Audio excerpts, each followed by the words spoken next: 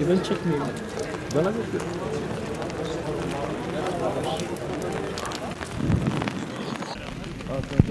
Mikrofonu mu? Sen şemsiyenin arkasından kalıyor seninki. Biraz sağa sola. Allahu Ekber. Allahu Ekber. Kahrolsun İsrail! Kahrolsun İsrail. Kahrolsun İsrail. Kahrolsun. Çalışıyor mu böyle?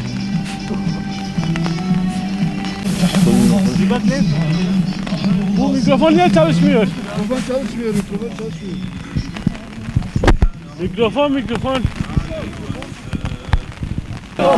İsrail kahrolsun.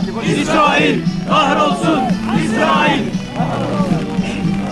Tamam mı? Ne yaptın? Hadi seyim. Kıracağız. Bütün bu yaptıklarımız Siyonist İsrail'i durdurmayacak, işgalin sona ermesi için yeterli olmayacak. Aksa'yı ve onun aziz bekçileri, Filistinli mazlum kardeşlerimizi kurtarın şamarını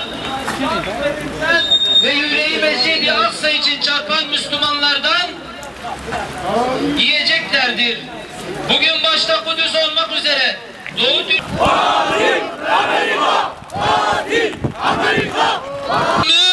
gözyaşının ve işgalin en şiddetlisinin yaşandığı aziz şehir Hazreti Ömer döneminde adalet, Selahaddin Eyyubi'nin döneminde adalet, Osmanlı'nın işgali altında ise zulüm hüküm sürdüğü kadim kent. Her sabah yeni bir cinayetle uyanan, her gününü ızdırap içinde geçiren Siyonist işgalin pençesi asla keşfedilmemiştir. Ecdadın Kudüs'ü bir manga askerle savunduğunu, onların torunları olarak da Midyat'tan haykırıyoruz. Ey bebe! Kafirlerin korkusu! 28 Şubat Salı gecesi Amerika Birleşik Devletleri Başkanı Trump ile Netanyahu Beyaz Saray'da kapalı kapılar ardında görüşmelerin neticesinde kameraların karşısına geçerek 100 yılın antlaşması dedikleri taraf küstah planlarını açıkladılar. Filistin ile ilgili kurdukları yeni komployu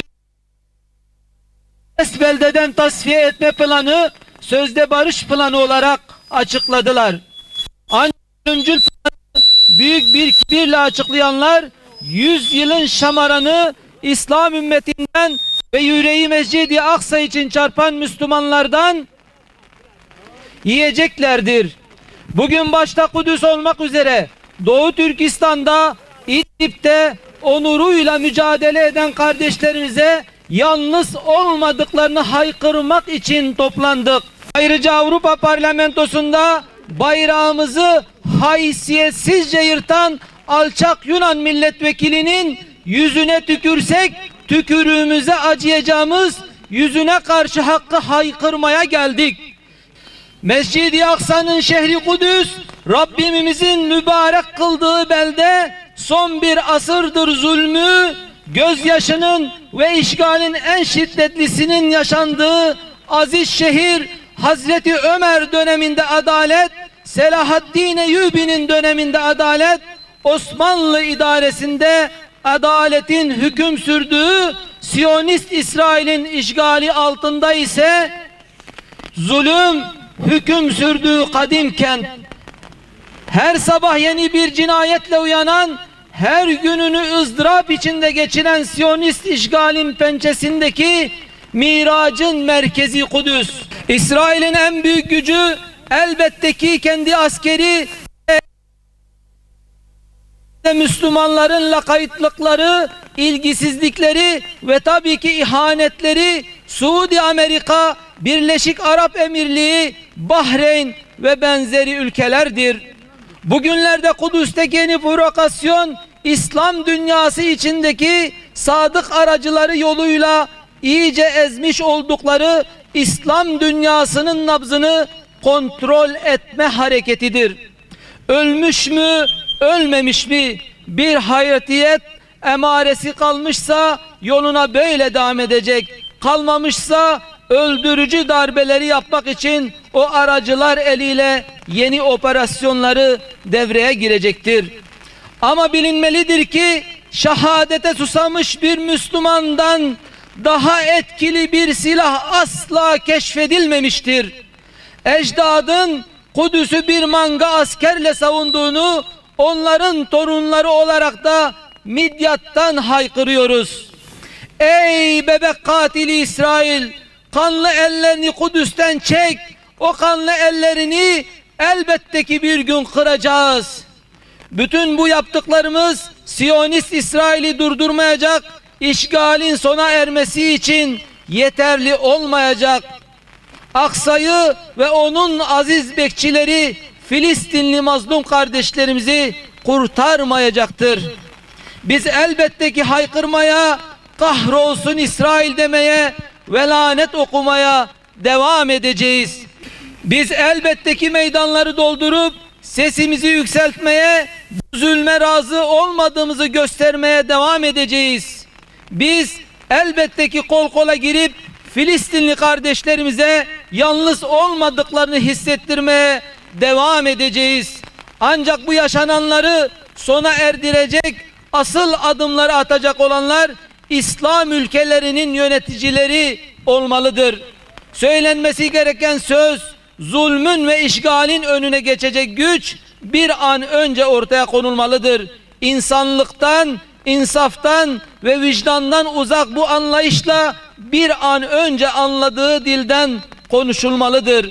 Kendi batıl anlayışları ve inançlarının peşinden kendi hedeflerine ulaşmak için insanlık dışı her faaliyeti gerçekleştiren İsrail'e karşı hak ve adalet üzere fakat güçlü ve caydırıcı bir duruş sergilenmelidir. Türkiye bu konuda derhal harekete geçmeli, İslam ülkeleri de Türkiye'ye destek olmalı ve ortak bir hareket planı ortaya konmalıdır. İsrail işgalini sona erdirecek, Gazze ablukasını ortadan kaldıracak, Mescid-i Aksa'ya yönelik saldırıları sondurulacak bir eylem planı oluşturulmalıdır.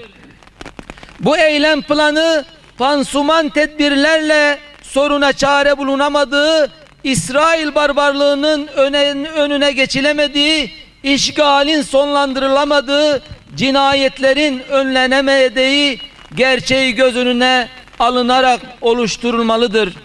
Bu eylem planı İsrail'in konuşmaktan anladığı ancak güçten ve yaptırımdan anlayacağını bilerek oluşturulmalıdır. Bu eylem planı Kudüs'ün ve Mescid-i Aksa'nın sadece Filistinlilerin değil bütün Müslümanların ortak davası, ortak meselesi olduğunu hakikatiyle oluşturulmalıdır. Bilinmelidir ki Müslüman halklar Kudüs, Mescid-i Aksa ve Gazze konusunda Müslüman ülkelerin atacakları adımlara her türlü desteği vereceklerdir.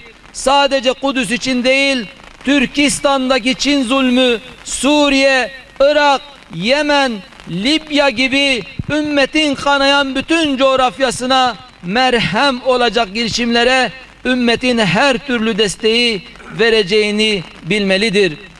Bizler Midyat sivil toplum kuruluşları olarak Kudüs ve Mescid-i Aksa'yı Türkiye'nin ve İslam aleminin gündemine taşıyan ve kalbi her daim bu kutsal belde ile birlikte atan Midyat halkı ile birlikte Kudüs ve Mescid-i Aksa'yı vazgeçilmez davamız olarak görüyoruz. Siyonist İsrail'in barbarlıklarına kimse dur demeyecekse bizler bir gün mutlaka bu vazifeyi yerine getireceğiz. Kararlılıkla mücadelemize devam edeceğiz. Ey İsrail, bir gün akıttığın mazlumların kanında boğulacaksın. Sözünü sadece dilimizde değil, kalbimizde de haykırıyoruz. Saygılarımla Midyat sivil toplum kuruluşları ve siyasi parti temsilcileri.